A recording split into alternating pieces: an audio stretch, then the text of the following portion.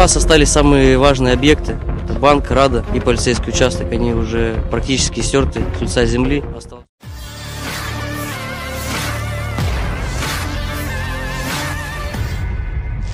Awak tank angkatan bersenjata Rusia merilis rekaman yang memperlihatkan serangan terhadap posisi pasukan Ukraina di Mariinka. Rekamannya ramai beredar di Telegram pada Kamis 2 Februari 2023. Seorang pasukan tank ke-103 dengan tanda panggilan SCAT menceritakan kesulitan apa yang mereka hadapi dan mengapa butuh waktu lama untuk menghabisi tentara Ukraina.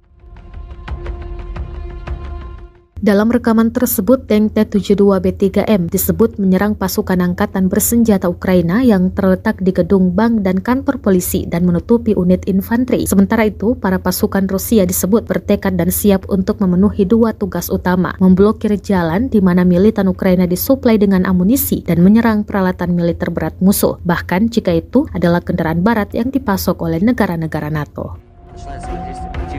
Подготавливаем, скажем, почву для того, чтобы наши штурмовики пехоты пошли вперед, чтобы те ребята на той стороне чуть присели, испугались, и наши пошли спокойно вперед. Цепляется очень сильно, 2014 года тоже было, когда мы сюда приехали, очень много прошли, то есть очень много уже взято объектов. Остался вот последний у нас рубеж, центральная дорога, перерезаем дорогу поставок, и все будет взято, останется идти только дальше.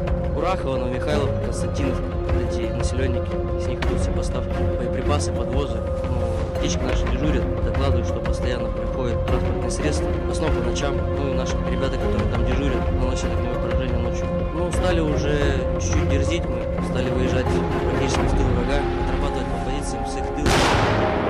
То есть не напрямую, не из флангов, а уже стараемся с их тыльной стороны отрабатывать их укреп, чтобы у них не было варианта подхода к эвакуации и смены. По поводу поставок тяжелой техники, тяжелых танков, как вы, танкисты, отреагируете, что с вами будут сражаться Леопарды 2, Леопарды 1, Абрамсы, быть может, еще доставят к весне, пока не обещают. Тут вы как отреагировали?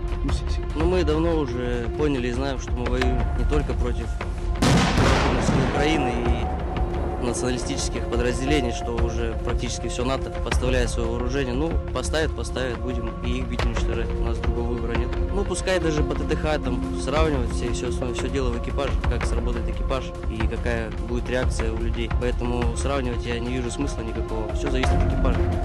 Двигаемся дальше, как и двигались. Приедут, ну, будем еще сильнее, значит, стараться.